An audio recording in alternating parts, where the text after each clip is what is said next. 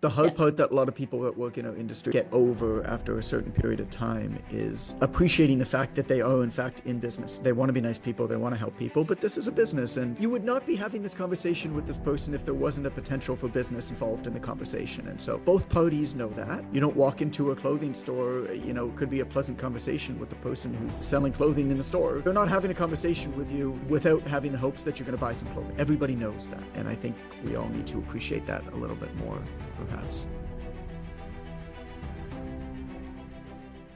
Real quick, if you can just say who you are, who you work with, and then what you want to talk about today. And we'll go from there and just kick it and we'll go for 20 minutes or so, probably.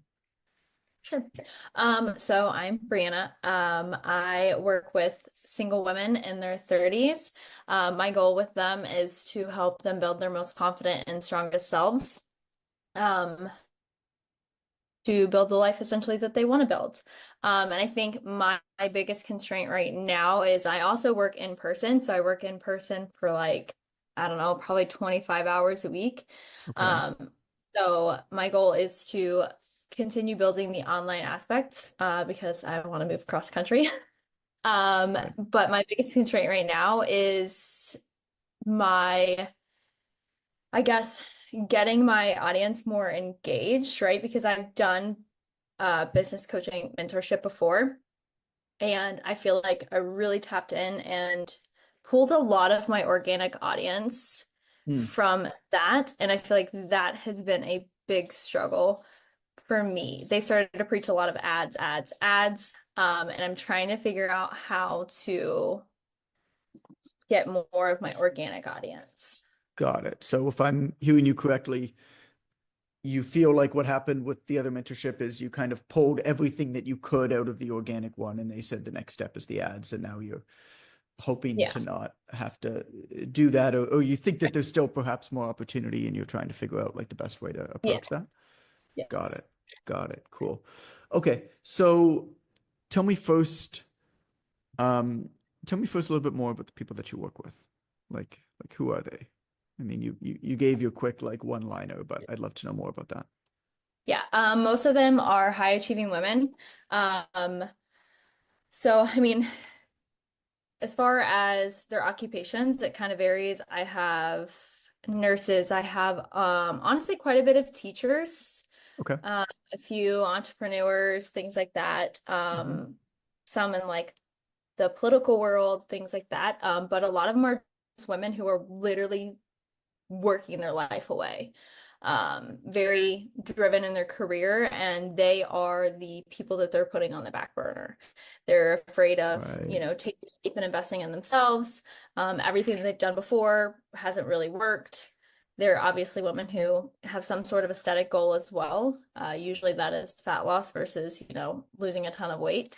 Um, Okay. they So they're not people who have a lot of weight to lose. It's people who want to trim up, that type of thing. Yeah, yeah. And they Okay. have like most of them, I would say on average of like 15 to maybe on the higher end, like 30 on average pounds to lose.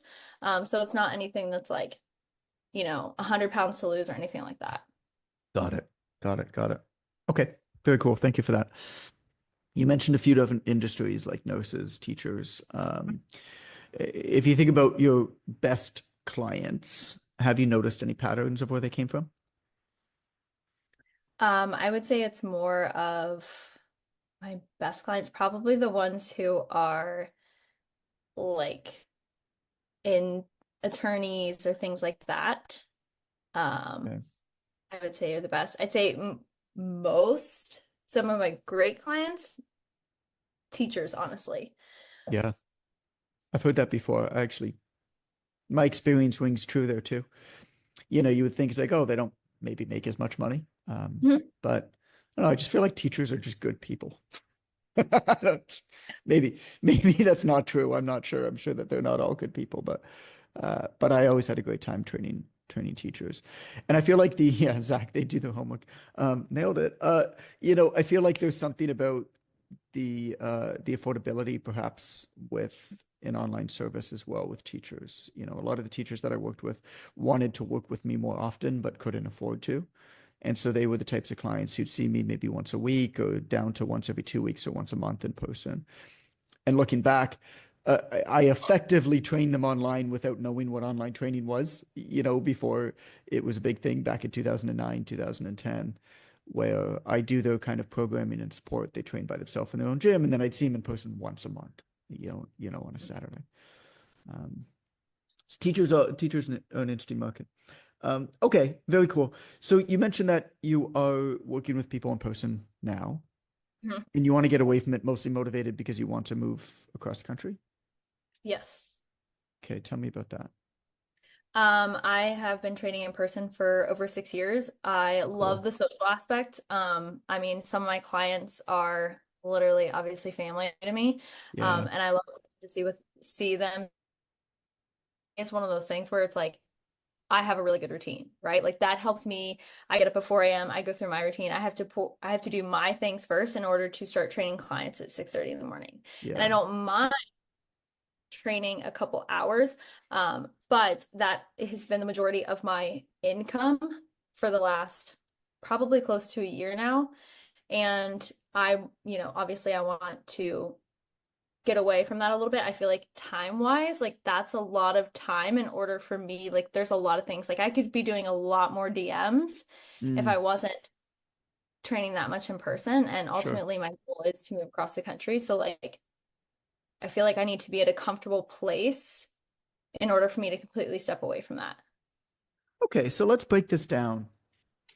Let's break this down. Because what it sounds like to me is it's not a lack of knowing what to do, from the previous mentorship that you worked with and now with us, like you know what the steps are. Um, Mhm. it's just a matter of having, it sounds like, the creative energy and the time to kind of execute upon them. And so have you actually sat down and figured out what it would take for you to step away, like from a purely financial standpoint, so that you're comfortable with it? Have you done that process yet?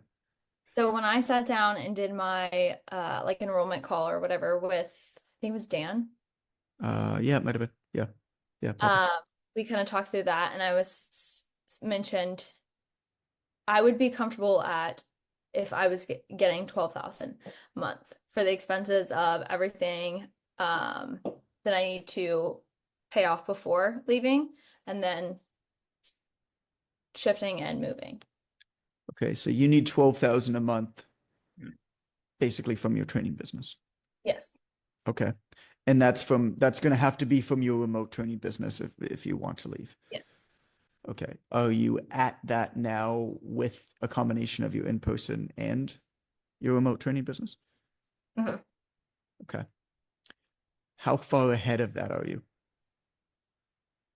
Not that Like far ahead. not that far ahead. Okay.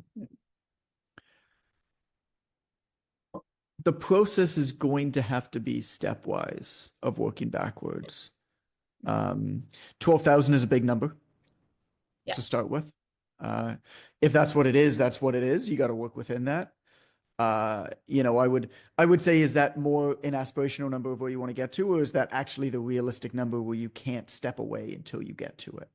Um, I think it's more of a comfort thing. okay. So, step one is you need to create more space for yourself, is what I'm hearing. Um, it's going to be very difficult no matter what you do to make any kind of moves that are going to be meaningful until you have that space. And so it's going to have to be a systematic process of establishing that space over time, Mhm. as you step away. So, number one, I would say reassess what that number is. Um, if it is actually 12,000, it's actually 12,000. Uh, if it's, a little bit less, and then 12,000 is where you're going to get back to and then blast past it, great. But if it's actually 12,000, it's actually 12,000.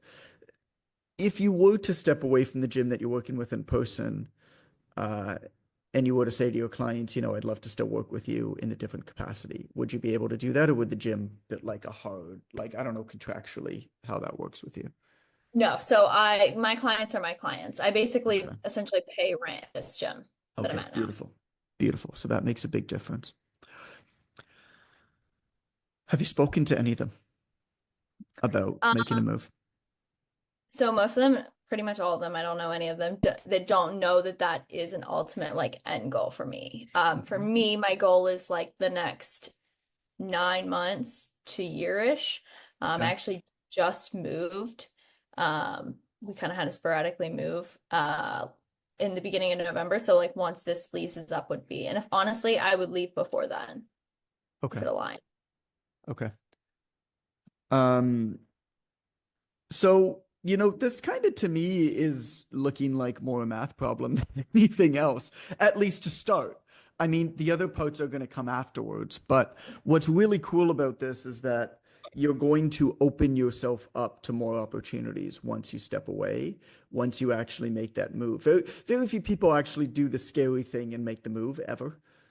Um, and so, they kind of keep one foot half in, and as a result, they're never fully committed, and so others don't really know how to act towards them as a result. What's your number? Write that down. How much are you making from the clients that you're working with online already? Subtract that from what your number is. Okay, what's the difference? Right? That's what you need to make up now in Mhm. order to be confident enough to move. Right? In order to have that confidence to take the step and perhaps give away some clients, which is always hard to do, of course, especially if you love working with them. But whatever that number is, let's say the difference is $6,000. Okay, I don't know what it is, but let's say that number is $6,000. Okay, what are your packages at right now? Like if it's $6,000 a month, what are your packages at right now? What do you charge per month? Um, per month, 600 a month. So it's 600 a month. 1,800 for the front end. Okay, so you need 10 people, right? So you would Mhm. need 10 people to make up that difference. Um, Out of your existing clients, if you were to say to them, here's the amazing service that I now have to offer. Actually, what I'm going to be able to do is give you more. Now, I won't be there in person with you, but I'm actually going to be able to put more into the training with you than I was before, and it'll be more affordable for you. Is that something you're interested in speaking about? I really love having somebody in person, but yeah, I'd be okay having a chat about it.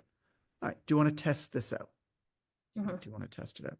Some people might say that they still love in-person training, and if you leave, they will work with somebody else.